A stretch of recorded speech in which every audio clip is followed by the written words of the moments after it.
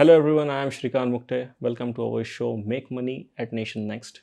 Today we have with us Gaurav Vissa, who is Vice President at LKP Securities, and we have seen him frequently on CNBC Awaaz, ET Now, and ET Swadesh. So welcome Gaurav. Thank you, Shrikant, for inviting me. I'm very excited to be part of this initiative. Stock market काफ़ी complicated होता है, यानी दिखने के लिए काफ़ी आसान है, लेकिन जब सही में हम करने जाए तो थोड़ा डिफिकल्ट होता है. तो to begin with, can you just explain what exactly stock market is and how important it is for a normal individual to invest in stock market? See, I'll answer this in two different ways. पहले आपने कहा stock market काफ़ी complicated है, right? It is subjective. Have you heard of mathematics? Yeah. आधे लोग को लगेगा it is pretty complicated. मैं भी उसमें आता हूँ. कुछ लोगों को इंटरेस्टिंग भी लगता है, राइट? स्टॉक मार्केट भी ऐसा है कि आप उसको किस तरह से अप्रोच करते हो, उस हिसाब से आपका रहेगा. और एक्सपीरियंसेस जो होते हैं ना, वो बताते हैं कि हाँ, ये कॉम्प्लिकेटेड है या ये प्रीटी फेयर एंड सिंपल है, right? Second, stock market, if people come with lot of dreams, glamorous बोल के, like people want to come to Mumbai thinking कि नहीं, बड़े एक्टर ही बन के आएंगे, रणवीर सिंह और शाहिद कपूर और सम अदर एक्टर वही बन के आएंगे. वो एक चीज़ गलत है. मैं ये नहीं कहता कोई बन नहीं सकता, बट उसमें डेडिकेशन लगता है, टाइम लगता है, पेशेंस लगता है. ये तीनों चीज़ें होनी बहुत ज़रूरी है. ये चीज़ स्टॉक मार्केट में भी है. It is not for people who want to make big money in small amount of time. It is for people who want to make consistent money, ताकि at the end of year आपके पास एक अच्छा जमा पूंजी आपके पास हो जाए. दूसरा, अगर आप इसको एज अ बिज़नेस, अगर आप ऑलरेडी बिज़नेस कर रहे हो, एज अ बिज़नेस देखो. अगर आप जॉब करो, उसको एज अ जॉब देखो, तो आप उसमें अच्छा एक्सेल कर पाओगे. बट आप उसको कहोगे कि नहीं ठीक है, मेरी हॉबी है, जहाँ पे आपका पैसा लग जाए वो आपकी हॉबी नहीं हो सकती है. तो अगर उसमें आप गलत तरह से चले गए तो हॉबी रखने के लिए आप बचोगे नहीं. So Right. It's all about कि how is your approach, how is your attitude towards stock markets. That will define whether you are going to be successful या आप वापस खाली आ जाएंगे. जब हम लॉकडाउन में थे तो काफ़ी लोगों ने स्टॉक मार्केट के अंदर इन्वेस्ट करना चालू किया. अब जब कोई एक इंडिविजुअल स्टॉक मार्केट में इन्वेस्ट करने की सोचता है, सो उसने क्या सोच के साथ या किस तरीके से इन्वेस्ट करना चालू करना चाहिए? देखिए, मैं ये कहूँगा जिन्होंने भी शुरुआत की है कोविड के दौरान या थोड़ा पोस्ट कोविड एरा में, they have to be very careful. क्योंकि क्या है, बिगिनर्स लक कहते हैं कि इंसान पहली बार आता है स्टॉक मार्केट में, पैसा बन जाता है.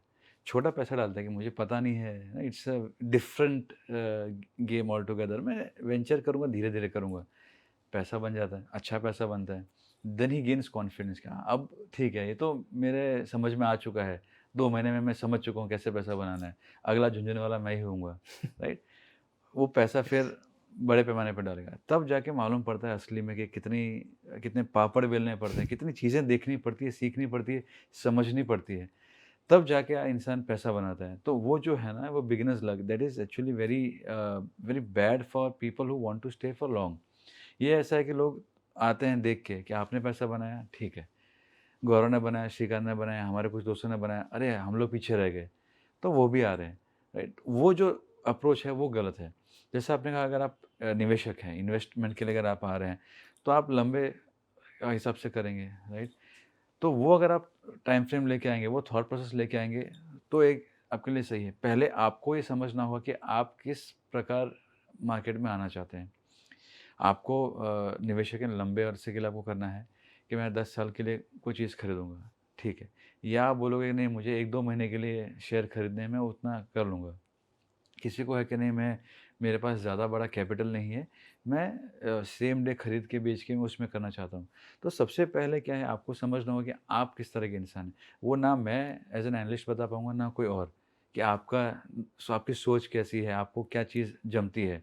तो यहीं पे जो है ना, लोग दिक्कत कर लेते हैं ओके. कि आपका नज़रिया है कि मैं 5 साल शेयर रखूँगा, लेकिन आपको फिर भी 5 दिन के लिए भी खरीदना है. तो 5 साल वाला आपको पैसा बना के दे के जा रहा है, लेकिन जो 5 दिन वाला है ना, ये आपको पेन दे रहा है. तो आप क्या बोलोगे? आप पूरा लेबल कर लोगे कि नहीं, ये जो पूरा प्रोसेस जो है ना, इट इज़ नॉट वर्थ. तो यहाँ पे जो है ना, वो दिक्कत आ रही है. तो लोगों को क्या है, क्लीन माइंडसेट होना चाहिए. जैसे आप करियर, आप 10th के बाद में आप सोचोगे कि हाँ, मैं इंजीनियरिंग मुझे करना है, मुझे कॉमर्स करना है, मुझे मेडिकल में जाना है या XYZ MBA करना है, जो भी करना है, राइट? तो ये आपको डिसाइड करेगा कि हाँ, मुझे करियर के लिए मैं कितना सीरियस हूँ, उतनी मेहनत करनी पड़ेगी, मुझे पेशेंस, डिटर्मिनेशन, डेडिकेशन रखना पड़ेगा। आपको वो सबसे पहले चाहिए कि आप अपने आप को कैटेगराइज़ करो कि मैं किस तरह से अप्रोच करना चाहता हूँ मार्केट को। 50% आपका वहाँ पे क्लियर हो जाएगा। ओके।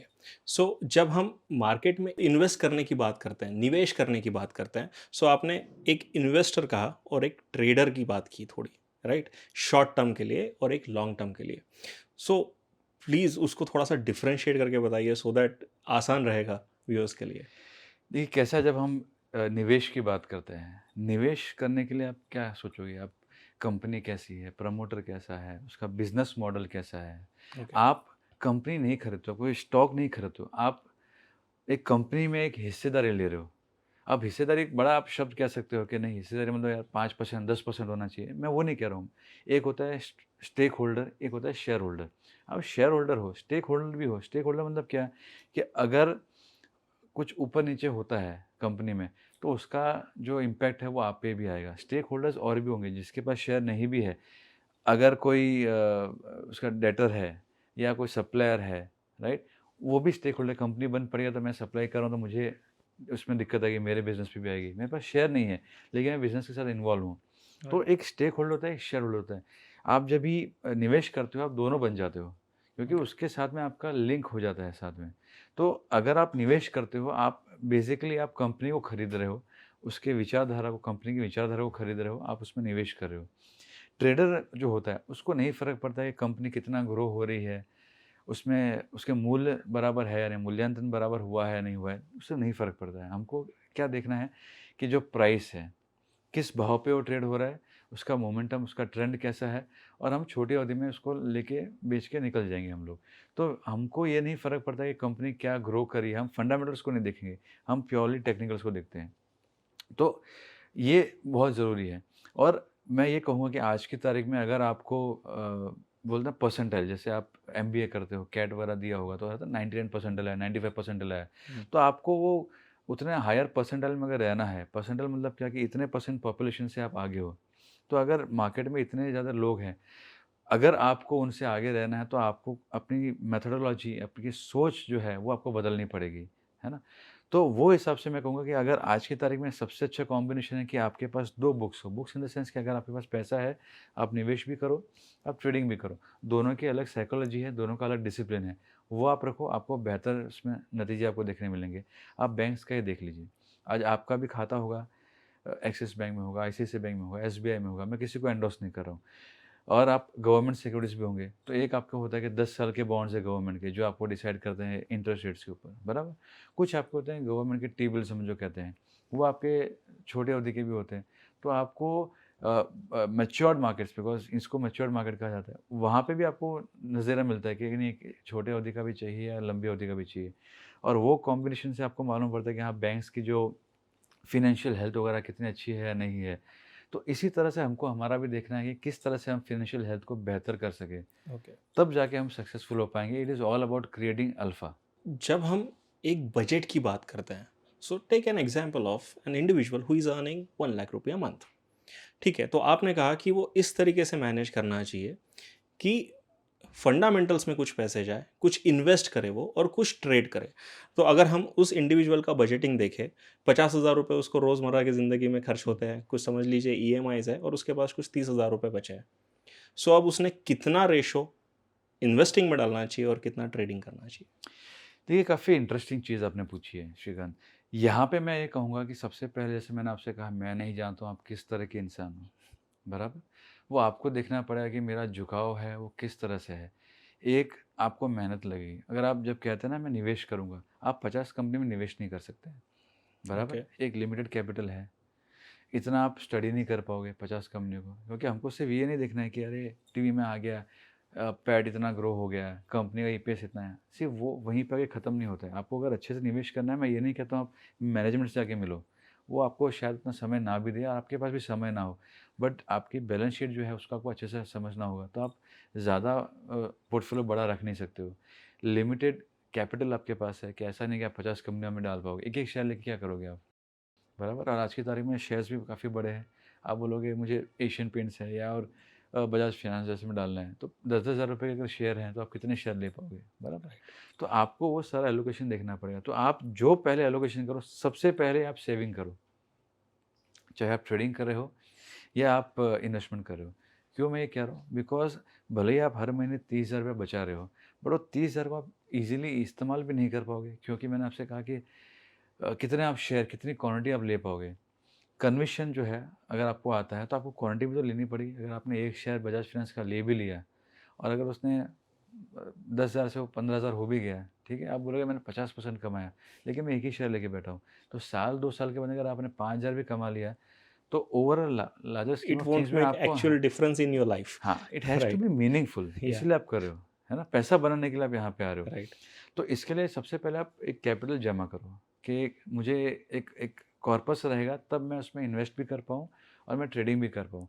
क्योंकि क्या हो गया है श्रीकांत जी, आप ये भी समझिए कि जब आप ट्रेडिंग भी करते हो, जब आपको छोटे टारगेट्स के लिए आप प्ले करो। आप इन्वेस्टमेंट आप बोलोगे नहीं मैं डबल में निकलना चाहता हूँ। आप वो उम्मीद कर सकते हो कि हाँ, मैं अच्छी क्वालिटी के स्टॉक्स ले रहा हूँ, वो मल्टीबैगर के लिए मैं प्ले कर रहा हूँ 10 साल के अंदर। ठीक है, आप कर सकते हो। लेकिन जब आप ट्रेडिंग में कर रहे हो, आप ये नहीं बोल सकते हो कि ये स्टॉक जो है वो दुगना होना चाहिए 4 दिन के अंदर, वो तो होगा नहीं। अच्छा। तो आप छोटे टारगेट्स के लिए प्ले करते हो। जब आपके रिटर्न्स छोटे होंगे ना, आपको कंसिस्टेंसी पे करना पड़ेगा और आपको कैपिटल डालना पड़ेगा। कि आप बोलो कि मैं अगर 10,000 रुपये डालता हूँ, अगर महीने का मैं 2% ही बनाता हूँ, तो कितना इतना बड़ा रकम आपको नहीं बनेगा। तो इसलिए आपको एक कैपिटल जमा कीजिए, फिर वो कैपिटल से आप ट्रेडिंग में इस्तेमाल कीजिए। Now coming to your question, what should be the percentage of allocation? Again it depends on individual. अगर जो मैं मेरे क्लाइंट्स वगैरह से जब मैं बात करता हूँ, तो मैं उस हिसाब से देखता हूँ कि जिसकी एज जो है वो 45 के ऊपर के हैं, उनमें रिस्क टेकिंग एबिलिटी, मैं बोलता हूँ एक लार्जर पॉपुलेशन में, एवरेज की बात कर रहा हूँ मैं, काफ़ी सारे लोग हैं जो 60 साल की उम्र में भी मुझसे भी ज़्यादा तंदुरुस्त, मतलब बहुत सारे होंगे, लेकिन एक्टिव है, इन्वॉल्व काफ़ी मार्केट्स में है, मल्टीपल बिजनेसेस कर रहे हैं, राइट? जैसे हमने अभी देखा नायका के शेयर इतना अच्छे चल रहे हैं, उनका जो एंटरप्रेन्योर जर्नी है जो एज में शुरू हुआ है, जहाँ पे लोग रिटायर होते हैं।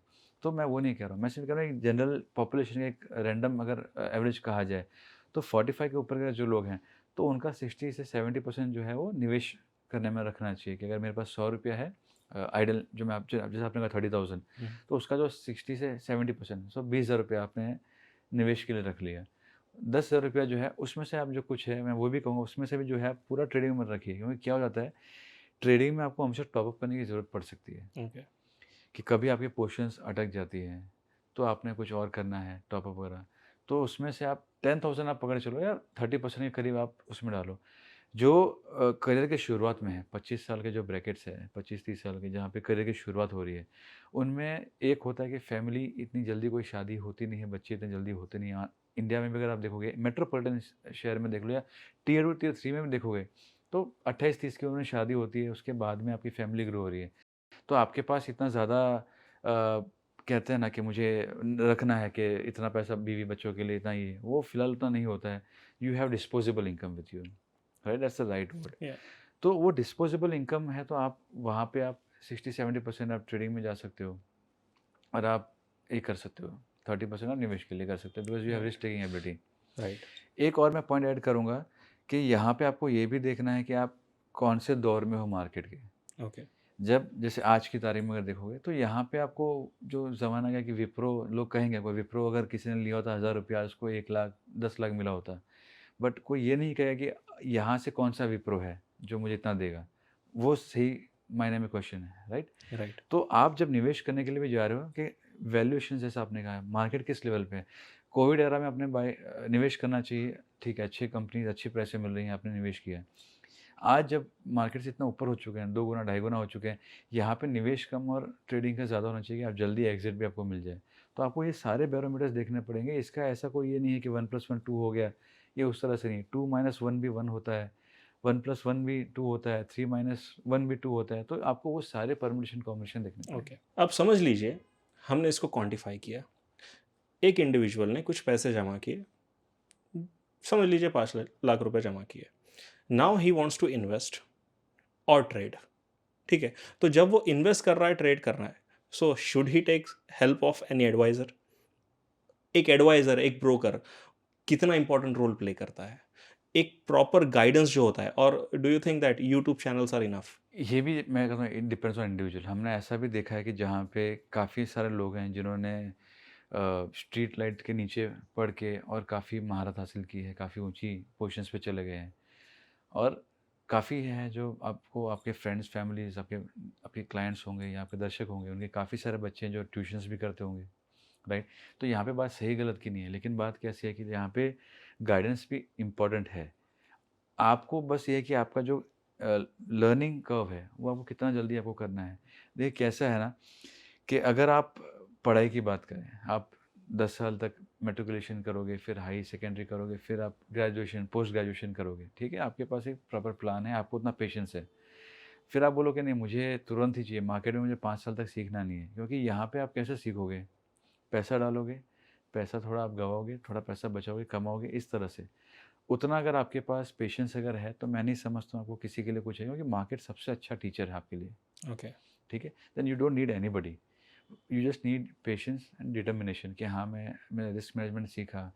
कहते हैं ठोकर खा के, गिर के और फिर चलना सीखा है, तो वो हमेशा आप आगे जाओगे, आपको किसी की ज़रूरत नहीं है। लेकिन अगर आपको लर्निंग कर्व कम करनी है, तो यस, आपको फाइनेंशियल प्लानर भी होना चाहिए, क्योंकि अगर आप नई जगह पे जा रहे हो, जैसे आपका फर्स्ट इंटरनेशनल टूर है किसी का, तो आपको जब देश नहीं पता कैसे करना है, क्या नहीं है, तो आप भी जाओगे, आप बोलोगे कि मुझे पैकेज दो, जो आप ऑनलाइन पोर्टल्स के पास चले जाओ या कोई टूर ऑपरेटर के पास चले जाओ। हम क्यों जाते हैं? बिकॉज़ हमको जगह नहीं पता, कहाँ घूमना है, कहाँ रहना है, किस तरह से वहाँ पे करना चाहिए, वहाँ पे रूल्स रेगुलेशंस कैसे हैं। तो हमको उस गाइडेंस के लिए वहाँ पे जाके कुछ ऊपर-नीचे ना हो, मैं फैमिली के साथ जा रहा हूँ। तो वो अगर आप देखते हो, उस नज़रिए से देखते हो, तो येस, आपको फाइनेंशियल प्लानर भी होना चाहिए। जैसा इस यही सोच से हम भी वेबिनार्स करवाते हैं। ब्रोकर्स का है, उनका मेजर जो काम है, ब्रोकिंग का जो है, ब्रोकर्स का जो मेजर काम है, वो है कि आपको एग्जीक्यूशन के लिए, ओके। वो आपको एक लेवल तक के लिए सर्विस प्रोवाइड करेंगे, आपको एजुकेशन प्रोवाइड नहीं कर पाएँगे वो। जैसे हम लोग भी हैं, हम लोग एक लेवल तक कर सकते हैं, बट इंडिविजुअल लेवल पे हम लोग उतना हेल्प कोई भी नहीं कर पाएगा। वो एक फाइनेंशियल प्लानर जो वन ऑन वन जो होता है, टच होता है इंसान का, ह्यूमन टच, वही आपको कर पाएगा। तो अगेन ये इंडिविजुअल पे डिपेंड करता है कि उसका लर्निंग कर्व है, पेशेंस है, तो आप कोई ज़रूरत किसी की नहीं है। कई बार जब हम निवेश करते हैं, ठीक है, तो हम देखते हैं फंडामेंटल्स की तरफ, जो इन्वेस्टिंग पार्ट होता है। सो इट हैज़ अ बेस कि एक कंपनी है, उसका ग्रोथ प्रोस्पेक्ट इतना हो सकता है, ठीक है, उसके डायरेक्टर्स, उसके प्रमोटर्स क्या कैरेक्टर रखते हैं, विच इज़ वेरी इंपॉर्टेंट, वो कौन से समय पे कितना टफ डिसीजन ले सकते हैं, ये इंपॉर्टेंट होता है फंडामेंटल एनालिसिस में। So it has some base, वो हमें एक बेस देता है इन्वेस्ट करने के लिए। वैसे ही जब हम टेक्निकल एनालिसिस पे जाते हैं, so what is the base of technical analysis? See first and foremost, whether it is fundamentals and और technicals, I respect both equally. आप किसको फॉलो करते हो वो अलग बात है, बट मैं ये कहना चाहता हूँ कि दोनों ही ऑब्जेक्टिव भी है और दोनों ही सब्जेक्टिव भी है। जैसे आप बैलेंस शीट्स को आप कर रहे हो, तो यू हैव द नंबर्स कि कंपनी कितने में ग्रो हो रही है। जो आप पी की बात होती है, तो उसमें कंपाउंड होता है पीईजी, हुँ, ग्रोथ। इसलिए आप देखोगे कोई एक राइट। एनालिस्ट है, वो एक वैल्यू दे रहा है, कोई दूसरे ब्रोकिंग फर्म का बंदा जो है वो कोई हाँ, दूसरा दे रहा है। दूसरा, जैसे आपने कहा कि जो मैनेजमेंट का है, it can not be quantitative, it will या, ऑलवेज बी क्वालिटेटिव। या, कि आप टफ सिचुएशन में कैसे ऐड करोगे, ये कोई एल्गोरिदम्स, कोई स्टडी आपको नहीं बता पाएगी, right? Right, then it is subjective कि मैं श्रीकांत को किस तरह से उनका आकलन कर रहा हूँ मैं, कि वो जल्दी डरते हैं, जल्दी लड़ते हैं, वो मेरा सोच है। शायद आपके कॉलीग की कुछ अलग आपके बारे में राय हो, एब्सोल्युटली, राइट? वैसे ही जब हम टेक्निकल्स की बात करते हैं, हमारे लिए प्राइस इम्पोर्टेंट होता है। उसके अलावा मैं कुछ नहीं देखता हूँ, जो देखते भी हैं वो गलत होगा, क्योंकि ओके, हम ये मानते हैं कि प्राइस में सब कुछ है। और यहाँ पे भी ऑब्जेक्टिविटी भी है कि जब आप कोई पैटर्न्स देखते हो, तो पैटर्न्स के टारगेट आते हैं। बट जैसे हमने बात की, आपने कहा ट्रेंड की, ठीक है? कोविड के बाद ट्रेंड की। ट्रेंड जो है वो आपको टारगेट नहीं देता, ट्रेंड हम बोलते हैं राइड करो आप ट्रेंड को। तो आपको जब पैसा डाल रहे हो, आपको नहीं पता कि ये कहाँ पे एक्चुअली जाके रुकेगा। या, तो वो आपका थोड़ा सब्जेक्टिविटी वहाँ पे आ जाती है। तो दोनों में ही दोनों चीज़ें हैं, बट टेक्निकल्स में प्राइस है, हम ये कहते हैं प्राइस डिस्काउंट्स एवरीथिंग। बड़े आदमी जो होते हैं, जब जिसके पास मीन्स एंड रिसोर्सेज़ वगैरह है, मैं वो बोलता हूँ। जैसे कुछ छोटे-छोटे शेयर नहीं खरीदेंगे, जिनके पास बड़ा एक पैसा डालना है, चाहे आप उसको इंस्टीट्यूशंस बोल दो, एचएनआईज़ बोल दो, एफआईज़ बोल दो, आप जो उनको नाम दो, इंश्योरेंस कंपनीज़, पेंशन फंड्स जो भी है।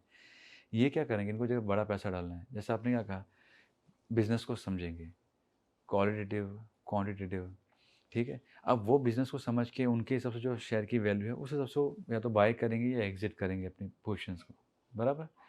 वो जो चीज़ है वो रिफ्लेक्ट होगी आपके प्राइस के अंदर। अगर कोई काफ़ी बुलिश है, मतलब उसको लग रहा है कि प्राइस जो है वो अंडर वैल्यूड है और कोई बाय कर रहा है, क्वांटिटी में बाय कर रहा है, तो प्राइस भी ऊपर जाएगा, आपको नीचे वॉल्यूम्स भी दिखने मिलेंगे, राइट? तो ये जो चीज़ है ना, वो आपको प्राइस में ऑलरेडी रिफ्लेक्ट हो गई।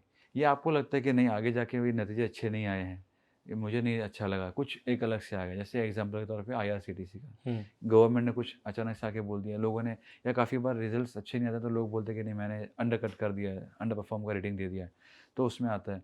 तो ये सारी चीज़ें आपको रिफ्लेक्ट हो जाती हैं। तो ब्लैक स्वान इवेंट जो होता है उसको अगर आप निकाल दो, सारी चीज़ें जो हैं वो प्राइस के अंदर रिफ्लेक्ट हो जाती हैं, और राइट, इसीलिए जो टेक्निकल एनालिसिस है वो रिवॉल्व होता है सिर्फ़ प्राइस के दरमियान, ओके। और कुछ हम देखते नहीं हैं। जहाँ तक कि मैं समझ रहा हूँ, fundamental analysis tells us where to invest, okay, and technical analysis tells us when to invest and when to exit. So take any stock at any price range, right? तो आज अगर मैं देखता हूं कि when to invest, इसका कोई एक ट्रिक मिल सकता है? देखिए वो कैसा है, अगेन ये एक जनरल क्वेश्चन है। या काफ़ी निचले स्तरों पर काफ़ी सारे स्टॉक्स थे जो इतना गिरे नहीं थे, ओके, ठीक है? काफ़ी ऊपरी स्तरों कैन यू पर, नेम वन जो एक्चुअली कोविड के टाइम पे जब काफ़ी मार्केट गिरा था और वो तब भी सस्टेन थे? देखिए अगर वैसे होते गिरे तो सारे स्टॉक्स थे। हाँ, ये हो जाता है कि रिलेटिवली, जैसे रिलेटिवली, मिड कैप्स की अगर बात करूँ, मैं इन ओके, जनरल बोलता हूँ। इन जनरल, क्योंकि क्या है, अगर मैं कोई एक पर्टिकुलर स्टॉक दूँगा ना, तो वो जो ऑडियंस है वो आपको ये सोचेगी कि नहीं, ये इस तरह से हमको ये स्टॉक को ही देखना चाहिए। ये ओके, मेरे लिए या ये हो गया। तो अगेन उनका जो है माइंडसेट एकदम नैरो हो जाएगा। हमको ओके, ओपन माइंडसेट से देखना है। मिड कैप्स थे, वो काफ़ी ज़्यादा गिरे थे। हम्म, आप टॉप 20 कंपनीज़ देख लीजिए इंडेक्स की मार्केट कैप के हिसाब से जो आप कहते हैं, ठीक है? उनका अगर आप देखें, उनमें भी गिरावट हुई थी, काफ़ी वो भी गिरे थे, लेकिन वो कैसा था कि लोगों को एग्ज़िट मिल रहा था। मेन इम्पोर्टेंट चीज़ क्या है, एग्ज़िट मिल रहा था, तो इतने ज़्यादा गिरे नहीं थे, ठीक है? और जैसे आप एचडीएफसी ट्विन्स ले लो, रिलायंस, टीसीएस, इन्फी, ये देख लो, गिरे थे, लेकिन ऐसा 1/4, 1/3 रह गए, वैसा नहीं था, राइट, राइट?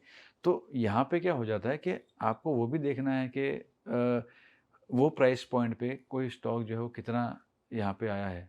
तो निवेश जो है ना, वो आपको एक वैसा नहीं है कि मैं ये सबसे देख लूँ। काफ़ी सारे होते हैं कि स्टॉक्स काफ़ी भागे, कुछ बिज़नेसेस लेट कैच अप करते हैं।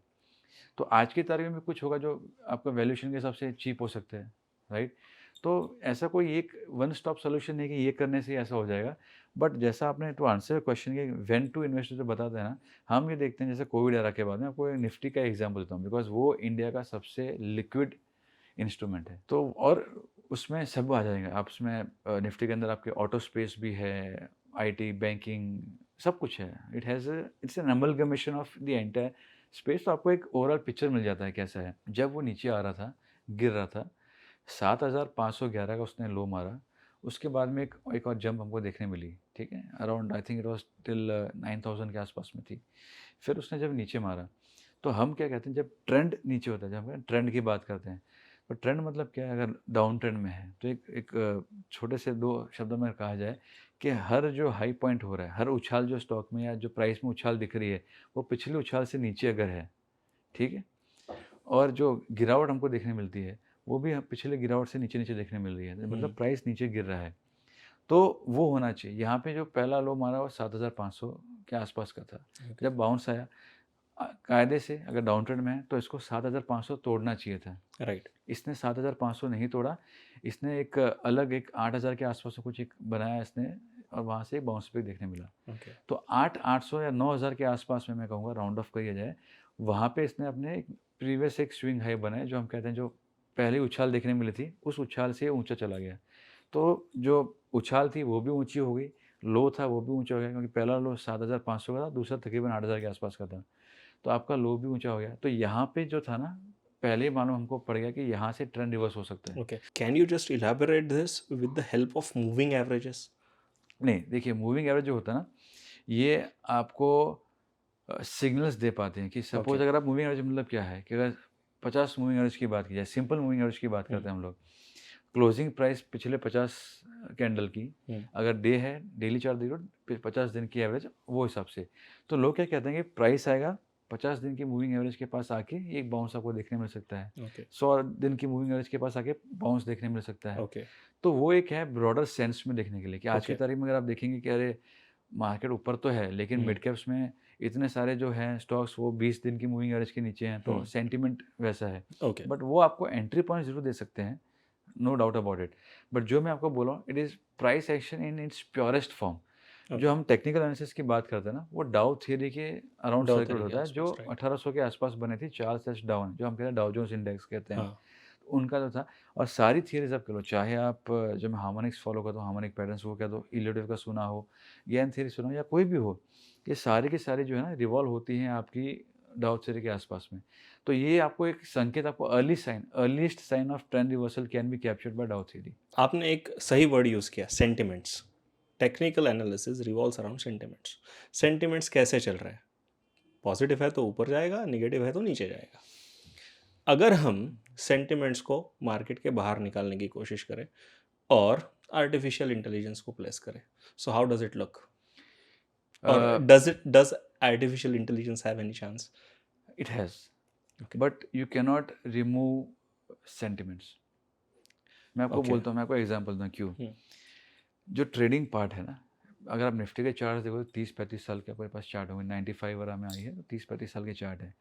डाउ जोन्स के चार्ट देखो आपको पास 100 सवा 100 साल के हुँ, चार्ट्स मिलेंगे। बराबर। उसके पहले भी ट्रेडिंग होती थी, कॉटन की ट्रेडिंग जैसे थे, हुँ, बराबर। जो कहते हैं ना मार्केट, अनरेगुलेटेड मार्केट्स वगैरह में, ओटीसी मार्केट्स, अभी हुँ, भी ओटीसी मार्केट्स काफ़ी बड़े हैं। ट्रेडिंग तो पहले से चालू है।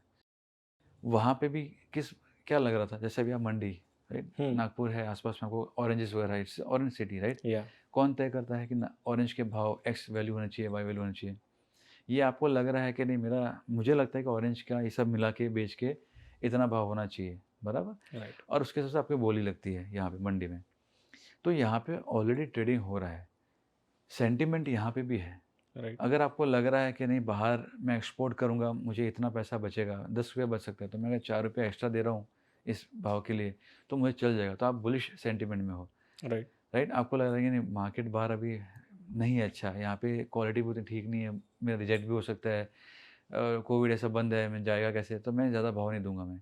तो सेंटिमेंट जो है ना, वो 200-300 साल पहले भी सेम था, अभी भी सेम है।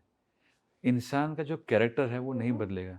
राइट, आप पैसा आ गया या आपने हार्डशिप्स फेस किया तो आपका नज़रिया ज़रूर बदल जाएगा, बट जो ग्रीड और फियर है, आपको डर लगना या आप में लालच आना, वो हमेशा रहेगा। आप लालच में ये नहीं कहता हूँ कि इन नेगेटिव वर्ड, बट अगर आप जॉब करें, बिजनेस करो, you would want to grow, या वो जो चाहत है, वो आप उसको ग्रीड बोल दो और फियर बोल दो। ओके, तो ये हमेशा मार्केट में रहेगा। आर्टिफिशियल इंटेलिजेंस किस हिसाब से होता है कि जो ट्रेडर है, ओके, वो अपनी इमोशंस को साइड में रख दे। आप मार्केट के सेंटिमेंट्स को साइड में नहीं रख सकते हो, आप अपने या इमोशंस को रख सकते हो। एब्सोल्युटली। और मेरे ख्याल से जो नुकसान होता है, वो हमारे इमोशंस की वजह से होता है, बिल्कुल, देखिए क्या राइट? होता है, हाँ, क्या सो होता है कि मार्केट साइकोलॉजी होती है, खुद की जो साइकोलॉजी है ना, जो आपका ट्रिगर पॉइंट है लाइफ में, वो आपको रिफ्लेक्ट होगा आपके ट्रेडिंग बिहेवियर में भी। अगर आप कोई इंसान बहुत जल्दी गुस्सा हो जाता है, फ्रस्ट्रेट बहुत जल्दी हो जाता है, वो थोड़ा भी ऊपर-नीचे प्राइस होगा ना, जल्दी से एग्ज़िट कर लेगा। राइट, तो वो आपको एग्ज़ैक्टली आपको सेम चीज़ आपको देखने मिलेगी। तो स्प्लिट पर्सनैलिटी आपको ऐसे क्राइम में, नॉवेल्स में देखने मिलेगी। मार्केट में स्प्लिट पर्सनैलिटी नहीं होती है। रिस्क है तो इश्क है, काफ़ी बिल्कुल, फेमस हुआ है। बिल्कुल। तो जहाँ पे ज़्यादा रिस्क, वहाँ पे ज़्यादा पैसा, कोई लॉसेस की बात नहीं करता। कब लॉसेस होते हैं? क्या हमने करना चाहिए, या एक निवेशक ने या एक ट्रेडर ने क्या हमेशा एक थिन लाइन निकाल लेनी चाहिए कि ये नहीं करना है? What are those check points जहाँ पे हम श्योर तो नहीं हो सकते, लेकिन चांसेस हो सकते हैं कि हम कम से कम लॉसेस करें? No one talks about losses, right? बिल्कुल। आप जब निवेश की बात करते हैं, आपने सुना होगा कैपिटल एसेट प्राइसिंग मॉडल सुना है, कैपएम सुना रहेगा, ठीक है? हम्म, इट इज़ अबाउट कि मुझे कितना रिटर्न मिलना चाहिए एक पर्टिकुलर वैल्यू के ऊपर। उसमें होता है beta value, it is which shows you the risk. Risk, तो उसमें ही मतलब आप फंडामेंटल करो या टेक्निकल करो, रिस्क के हिसाब से ही आपको रिटर्न आपका रहेगा। वो it is inbuilt, it is imbibed in all the businesses, not the stock markets के लिए। अब रही बात के डूज़ एंड डोंट्स की, तो आपको पहले देखना पड़ेगा जो आपके लिए रिस्की है वो मेरे लिए नहीं होगा। समझ रहे हैं? कि अगर कोई जो है बंदा जो म्यूचुअल फंड्स में डाल रहा है पैसा, राइट, वहाँ पे भी रिस्क है। म्यूचुअल फंड्स वाले क्या करते हैं? स्टॉक में ही पैसा डाल रहे हैं, एब्सोल्युटली, ठीक है? उन बट हम क्या कहते हैं, म्यूचुअल फंड्स में रिस्क कम है कंपेयर टू एक इंडिविजुअल जो ट्रेड कर रहा है, बराबर। लेकिन जो बंदा एफडीज में डालता है या गवर्नमेंट बॉन्ड्स में डालता है, गिल्ड फंड्स में डालता है, वहाँ पे रिस्क कम है compare to mutual funds. Yeah. तो रिस्क का जो डेफिनेशन है, it keeps changing according to person, right. Then comes the major question के what are the do's and don'ts, के क्या करना है, वो हर इंसान को पता है कि मुझे क्या करना है, क्या नहीं करना है, यही एक क्वेश्चन है कि Yes. कोई नहीं कर रहा है। सबसे पहला होना चाहिए, जैसे मैंने कहा कि when you are a beginner, जो हम लोग भी अपने स्टूडेंट्स को कहते हैं कि आप शुरुआत में ही एफ में मत जाओ, Okay. आपको रिस्क पता नहीं है, ठीक है। अक्षय कुमार तो है नहीं कि हम लोग सीधा हेलीकॉप्टर से लटक के चले जाएं, बराबर। इंसान पहले चलना सीखता है, how do we grow, first you crawl, then you walk, then you jump and then you run, right. That is the nature. तो हम ऐसा क्यों करें कि हम पहले, जैसे एफ में क्या है, it has lot of fluctuations, उसके रिस्क मैनेजमेंट अलग है, वहाँ पे आपको बहुत टेम्परामेंट अलग चाहिए, इन्वॉल्वमेंट बहुत चाहिए, राइट। तो आपको शुरुआत में उस चीज़ को फिलहाल अवॉइड करो, आप पहले समझो कि प्राइस कैसे होता है, मेरा बिहेवियर कैसे चेंज हो रहा है, उस हिसाब से आप पहले करो। और सबसे पहला ये है कि आप एफ मार्केट्स में इनिशियली मत जाओ, क्योंकि वहाँ पे, क्योंकि आपको मार्जिन मिल जाती है, इन द सेंस कि अगर आप एक लॉट लोगे आज की तारीख में, कॉन्ट्रैक्ट की जो वैल्यू है वो 10 लाख की, 15 लाख की है, तो आपको पूरा 15 लाख देना नहीं पड़ता, आपको 2 लाख 2.5 लाख देना पड़ता है। तो आप सोचोगे यार 2-2.5 लाख में मेरे को मिल रहा है, राइट। बट पैसा जो जाएगा वो पूरा 10 लाख के ऊपर पूरा जाएगा। 10 तो लाख। अगर आपने 10 लाख के ऊपर 5% का लॉस किया तो 50,000 हो जाएगा। Right. आप 2 लाख रुपये आपने डाला है, उस पर अगर आप करोगे तो कितना हो गया, 50,000, इट्स वेरी हाई। Right. आपके ROI is negatively very high, तो इसलिए आप उसको अवॉइड करो। So leverage नहीं लेना चाहिए। देखो, leverage is a different part. Okay. Leverage मतलब क्या होगा कि मेरे पास, मेरे अकाउंट में, डीमेट अकाउंट में है 1 लाख रुपीज़, ठीक है। ब्रोकर से अभी तो सेबी ने भी बंद कर दिया है, लिवरेज अलाउड नहीं करते हैं। Otherwise they should do 5 times ले लो। तो मेरे पास 1 लाख रुपया है, मैं 5 लाख का मैं स्टॉक या फ्यूचर जो भी मैं बाय सेल कर सकता हूँ मैं, दैट इज़ लिवरेज।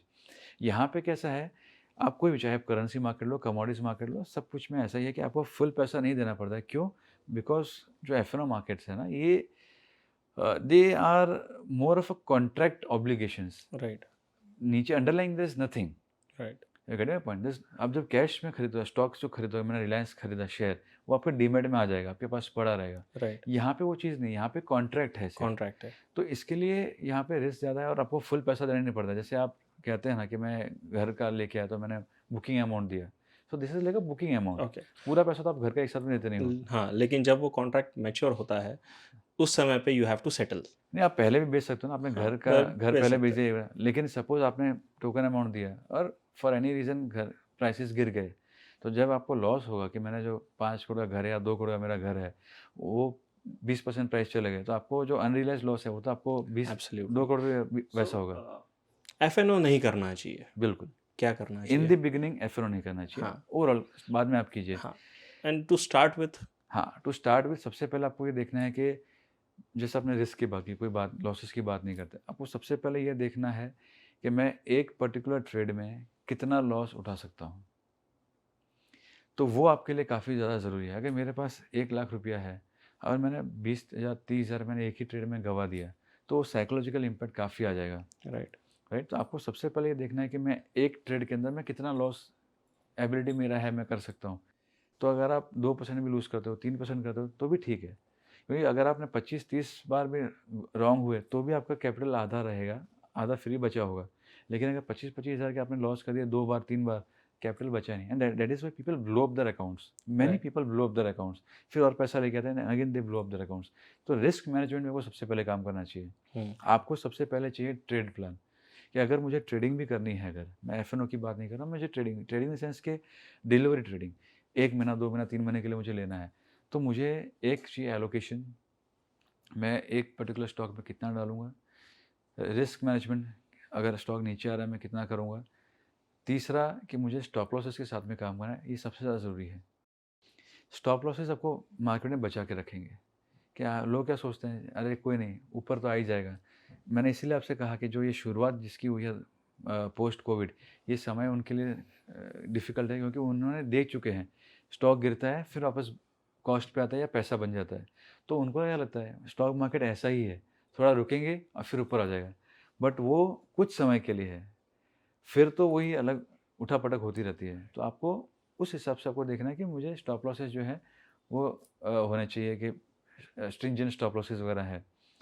लिवरेज नहीं लेना है, एक ही स्टॉक में बहुत ज़्यादा नहीं करना है और there should be a reason to trade. सबसे इम्पोर्टेंट बात है आपको रीज़न भी देखना है कि मैं अगर इसको खरीद रहा हूँ या बेच रहा हूँ तो उसके लिए रीज़न होना चाहिए। इससे राइट। रैंडमली मेरा गट बोलता है, मेरी किडनी बोलती है, मेरा लीवर बोलता है, वो नहीं होना चाहिए। See, as you said, reason to trade, so we have reason to invest. आज समझ लीजिए 10 साल बाद मेरी बेटी के लिए हायर एजुकेशन के लिए मुझे पैसा जमा करना है। सो हम छोटा छोटा अमाउंट इन्वेस्ट कर रहे हैं और हमारा एक टारगेट हमने फुलफिल किया है। वैसे ही जब हम ट्रेडिंग के लिए देते हैं, सो एक इंडिविजुअल का क्या फोकस होना चाहिए? What should be the reason to trade? देखो because it is highly risky. बिल्कुल, हमें बहुत सारा डिसिप्लिन लगता है, बहुत सारा कंट्रोल लगता है हमारे फीलिंग्स के ऊपर, बिल्कुल, right? So it should solve some purpose if we एग्ज़ are, yeah, so what is that purpose, or what is the purpose that ideally people should have? See यही चीज़ मैं आपको बता रहा था। There is a difference between reason and purpose. जैसे आपने कहा मेरी बेटी की शादी के लिए है, बच्चे के एजुकेशन के लिए है, वो पर्पस है।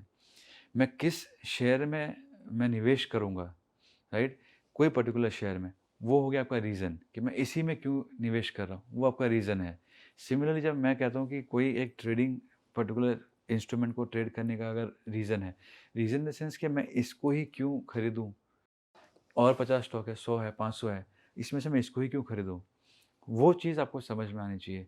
दूसरी बात जैसे आपने कहा कि ट्रेडिंग का पर्पस क्या होना चाहिए? मैं ये कहता हूँ कि अगर आपके पास डिसिप्लिन है, तो लॉन्ग टर्म में भी आपको पैसा बनेगा बिकॉज़ मैं यहाँ पे बात कर रहा हूँ कंसिस्टेंसी क्यूमुलेटिव गेन्स की बात कर रहा हूँ। जैसे Right. मैंने आपसे कहा शुरुआत में कि बड़ा पैसा छोटे अवधि के लिए नहीं, छोटा पैसा कंसिस्टेंटली क्यूमुलेटिव हिसाब से। तो it can serve all the purpose, long term purpose also और आपके इंसान के शॉर्ट टर्म रिक्वायरमेंट्स भी होते हैं। आपके Okay. ईएमआईज़ हैं, ठीक है? या आपके वैकेशंस वगैरह हैं, मेडिकल भगवान ना करे कुछ मेडिसिन बट का डू यू जो थिंक ये जो शॉर्ट टर्म ज़रूरतें है, ये हमने ट्रेडिंग में डालना चाहिए? शॉर्ट टर्म ज़रूरतों का पैसा, won't that be too risky? No, मैं ये नहीं बोल रहा हूँ। हाँ। जैसे आपने जो बेटी के लिए रखे हैं, हाँ। क्या आप वो पैसा इसमें डाल रहे हैं? नहीं। है ना? तो आप क्या कह रहे हैं कि मैं यहाँ पे उस हिसाब से पैसा डालूँ, अभी के हिसाब से, जो 10 साल बाद में मेरा ये पर्पज़ सॉल्व कर पाए। राइट। मैं ये कह रहा हूँ कि ट्रेडिंग में मैं उतना ही पैसा डालूँ कि ये करने के बाद में मुझे एक एक इतना कॉर्पस मिले कि मैं वेकेशन कर लूँ। मैं ये नहीं कहता ओके। हूँ कि वेकेशन का पैसा, मेडिक्लेम का पैसा इसमें ना राइट। डालो। ओके, लेकिन स्टिल अगर मैं एक्यूमुलेट करने की भी कोशिश करता हूँ, so there is loss of principal, and now emergency is not future, it happens today. वो आज हो सकती है, राइट? तो don't you think accumulating funds और saving money for your emergencies or short term needs through stock market, won't that be too risky? No, it is actually very good. Okay. आज की तारीख में जैसे कोविड की cases लिया जाए, lot of people were very unfortunate कि ये हुआ और हमने देखा कि मेडिसिन्स के रेट्स शॉर्ट ऑफ वगैरह के लिए लोगों ने अपने गहने गिरवी रखे, बेचे, घर बेचे। आज आपको लगता है कि घर बेचना पैसा तुरंत मिल जाएगा आपको? नहीं नहीं मिलेगा, मिलता। राइट? स्टॉक मार्केट में अगर आप कर रहे हो ना, तो ट्रेडिंग में पार्ट के हिसाब से बोल रहा हूँ कि आपके लिए बेचना काफ़ी ईजी हो जाता है, Yeah. एक पार्ट। सेकंड, जैसे मैंने भी जब घर खरीदा था तो म्यूचुअल फंड्स जो मेरे थे, I am not allowed to trade because of SEBI norms वगैरह हुए, तो मैंने भी निकाले थे। लेकिन आप अगर निवेश करते हो अच्छी क्वालिटी के शेयर्स, अगर आप शॉर्ट टर्म पर्पस के लिए निकाल देते हो ना, आप वापस वो नहीं ले पाओगे। या तो स्टॉक भाग चुका है, फिर आपको लगेगा मैंने ये रेट पे लिया था, ये निकला, अब मैं लूँ या नहीं लूँ। दूसरा मैंने कहा कि हम पैसा बचाने के लिए नहीं कह रहा हूँ मैं, अगर मुझे बचाना ही है पैसा, मैं इन्वेस्ट क्यों करूँ? रिस्क है, मैं पैसा डालूंगा नहीं तो रिस्क ही नहीं है। मैं ये डिफरेंशिएट कर रहा हूँ कि जो शॉर्ट टर्म गोल्स होते हैं, एक लॉन्ग टर्म गोल्स के लिए आपको पैसा भी बड़ा चाहिए। अगर अब्रॉड में एजुकेशन बच्चे का करना है तो 2-3 लाख में तो नहीं होगा। नहीं। बच्चों की शादी करनी है तो 2-3 लाख में नहीं होगी। रिटायरमेंट प्लानिंग अगर करनी है तो आपकी जब इनकम ज़ीरो हो जाएगी तो 2-3 लाख में तो आपका अगले 20 साल तो आपके नहीं चलेंगे। तो वो एक अलग नज़रिया है। वेकेशन अगर आप जाओगे तो आप कहीं भी वेकेशन में जाओगे तो 40 लाख 50 लाख की वेकेशन तो आप करोगे नहीं unless you are an actor, right? Right. आप अगर मेडिकल इमरजेंसीज वगैरह आ जाती हैं, सपोज़ खुदा ना खासा मैं बोल रहा हूँ, तो वो आपके होंगे नहीं। आपको गाड़ी खरीदनी है तो आप 50 लाख की गाड़ी बीएमडब्ल्यू मर्ग तो खरीदोगे नहीं। तो मैं आपसे वो चीज़ कह रहा हूँ कि आपका जो, मैं पर्पस की बात करूँ, अगर पैसा बड़ा बन रहा है आप उसको कैसे भी इस्तेमाल करो, it can suffice your income. आपकी जो ट्रेडिंग इनकम है, बिजनेस इनकम है, ये उसको सफाइस कर सकता है, उतना एक साइड में आपको पुश दे सकता है। मैं पर्पस की बात करूँ कि वो आपका पर्पस सॉल्व हो गया। अगर आप उसको जॉब और बिजनेस के जैसे देखो, मैं ये कह रहा हूँ, बट आज आप फाइनेंशियल प्लानिंग करते हो, वो हो गया फाइनेंशियल प्लानिंग। आप उसको बिजनेस और इनकम जैसा ट्रेड नहीं करते हो कि मुझे ओके। 10 साल के बाद चाहिए, बराबर? यहाँ पे आप उसको जॉब और बिजनेस के साथ ट्रीट करो। ओके। तो वो आपको उस तरह से, आप क्यों बिजनेस करना चाहते हो, आप क्यों जॉब करना चाहते हो, आपके शॉर्ट टर्म गोल्स के हिसाब से ये है ना, उसके बाद में सेविंग्स में आप डालोगे, राइट। तो यही आप उसको पकड़े चलो और आपको फिर काफ़ी राइट। बेनिफिट मिल जाएगा। समटाइम्स स्टॉक मार्केट की इन्वेस्टमेंट जब जब करते हैं तो काफ़ी अच्छे रिटर्न्स दिखते हैं, और वो म्यूचुअल फंड को काफ़ी छोटा दिखाते हैं। आप खुद भी म्यूचुअल फंड में इन्वेस्ट करते हो, आपने बताया। How important is for any individual, how important is it to invest in mutual funds? देखिए, दोनों ही ज़रूरी है। आप ओके। जब बात करते हो ना कि म्यूचुअल फंड से मैंने ज़्यादा कमा लिया, आप कंपेयर करो कि मैं, अगर आप पिछले 5 साल या 10 साल से आप ये चीज़ करते आ रहे हो, तो फिर जैसे मैंने कहा, फिर आपको म्यूचुअल फंड की आवश्यकता नहीं है। क्योंकि अगर ओके। आप लार्ज कैप स्कीम्स भी अगर देखोगे म्यूचुअल फंड की, तो आपको 12% 15% का आपको हाँ। सीएजीआर मिलता है 10 साल की एवरेज का। अगर आप उसको बीट कर पाते हो, 10 साल की एवरेज को बीट करना मतलब ये नहीं कि मैंने ये 6 महीने में मैंने 15% कमा लिया, वो नहीं होता है। आप भी उतने ही समय से राइट। कंसिस्टेंटली परफ़ॉर्म कर पा रहे हो, तो फिर आपको ज़रूरत नहीं है। लेकिन इंसान क्या करता है कि यहाँ पे मैं 1 साल के रिटर्न को कंपेयर करूँगा और मैंने अच्छा परफ़ॉर्म किया, वो तो होना ही है। राइट। लेकिन वो कब होगा? अगर आपको 9th स्टैंडर्ड में 90% मिले, ठीक है? 10th में आपको 40% मिले, तो कौन-सा इम्पोर्टेंट करेगा? So it is like that कि आपको, if you are a good student, you have to be consistently good. जब ना ओके। टॉपर है, तो वो ऐसा नहीं कि मैं एक बार फर्स्ट स्टैंड में टॉप किया था मैंने और बाद में वो 40% ही आ रहा है, then you will not be called a good student by our standards. Right. ठीक है? तो बात वहीं पे हो जाती है कि आप कंपेयर करो कि मैं ये परफॉर्मेंस को बीट कर पाऊँगा एवरी ईयर, तो फिर ज़रूरत नहीं है। अदरवाइज़ मैं कहता हूँ कि आपको करना चाहिए, म्यूचुअल फंड्स में भी एक डाइवर्सिफ़िकेशन हो जाता है, बिकॉज़ प्रोफ़ेशनली इन उसको मैनेज किया जाता है, राइट? तो उस हिसाब से थोड़े आपको फंड्स वहाँ पे भी देने चाहिए। ओके। इन्वेस्ट अगर देखा तो सबने करना चाहिए, ये हर एक जन सोचता है। क्या टेम्परामेंट वाले लोग होते हैं जिन्होंने एक्चुअली कभी इन्वेस्ट नहीं करना चाहिए? उन्होंने वो भाग-दौड़ अपने हाथ में लेनी ही नहीं चाहिए। एक प्रोफेशनल एडवाइज़र लो और उसके हाथ में उसका सेविंग्स दे दो। Just like mutual funds. So कौन से टेम्परामेंट वाले लोग होते हैं जिन्होंने एक्चुअली इन्वेस्ट नहीं करना चाहिए? देखिए, जो इन्वॉल्व नहीं हो सकते हैं, ओके। उनको नहीं करना चाहिए। ओके। जैसे अगर आप बिज़नेस चालू करोगे, अगर आप बिज़नेस में इन्वॉल्व खुद नहीं रहोगे, आपका बिज़नेस ग्रो नहीं कर पाएगा। Of course you need people around you to help you scale up, but आपका नहीं हुआ इन्वॉल्वमेंट, तो फिर यू कैन नॉट ग्रो। तो अगर आपको लग रहा है कि मैं मेरे दूसरे कमिटमेंट्स में बहुत बिजी हूँ, then you go for mutual fund where it is professionally managed by others. We are inspired by many investors. We have Warren Buffett. We have Rakesh Jhunjhunwala, Damani family. When it comes to trading, who should we look up to? Look after me. No, seriously, since I don't trade, I'm not the right person. Yeah. But you should not look at anybody, Okay. not even. But do we have any celebrity trader? We have celebrity investors. See, there is a stigma associated with trading. आज अगर आपके घर में ही सही है, आप कभी नहीं देख पाओगे कि एक जो है, जो जॉब नहीं कर रहा है, बिजनेस नहीं कर रहा है, सिर्फ स्टॉक मार्केट में है, उसको कोई अपनी बेटी नहीं देगा। तो जब ये स्टिग्मा हट जाएगा ना, इस तरह का स्टिग्मा जब हट जाएगा, तब आप देखोगे कि काफ़ी सारे आपको नाम देखने मिल जाएंगे। क्या हो जाता है, आप ये समझिए कि कितने लोग हैं धरती पर? 700 करोड़, 750 करोड़। उसमें से अगर आप गिनती के 5 या 10 कर रहे हो, तो आपने फिर क्या किया, राइट? और आप जो बड़े निवेशकों का नाम भी ले लो, they are not in the teens और mid 30s, mid 40s। Yeah, तो अभी आप कह रहे हो वो चीज़, absolutely. तो मैं उनके खिलाफ नहीं कर रहा हूँ, वो हमारे भी आदर्श हैं, Right. बराबर? लेकिन मैं ये कह रहा हूँ कि लोग क्या कहते हैं, आदर्श को करके, लेकिन वो वहाँ पे कैसे पहुँचे, वो नहीं कर पाते ना। तो आपको Right. वो जर्नी आप करने का Yeah. तैयार हो गया, आपको पहले वो देखना होगा। ट्रेडिंग में ऐसा नहीं है कि लोग नहीं है, Hmm. बट मैं इसलिए आपसे कहा क्योंकि इतना वैल्यू नहीं है ट्रेडिंग पर्सपेक्टिव के हिसाब से vis-a-vis है। दूसरा, all of these people, many of them have managed money, not just theirs, but somebody else's money also they Yeah. have managed। और लोगों का यही है कि नहीं, लॉन्ग टर्म का मुझे सोचना है, तो ये है। तो एक वो स्टिग्मा की वजह से लोग भी देते नहीं हैं। आप किसी को, जैसे अपने फंड मैनेजर्स को दिया है, म्यूचुअल फंड्स में क्यों डाल रहे हैं? क्या आप बोलोगे नहीं, कंपनी को पढ़ेंगे फिर निवेश करेंगे? आप कभी 2 महीने के लिए म्यूचुअल फंड बाय करते हो? नहीं ना, आप क्या बोलोगे? Yes. 2 साल 5 साल तो रखो, हाँ, बराबर। तो आप जो ट्रेडर के लिए कोई आएगा ना पैसा रेस करने के लिए, तो आप ट्रेडिंग में उसको नहीं दोगे, वो बोलेगा अरे सट्टा कर लेगा, ये कर right. लेगा।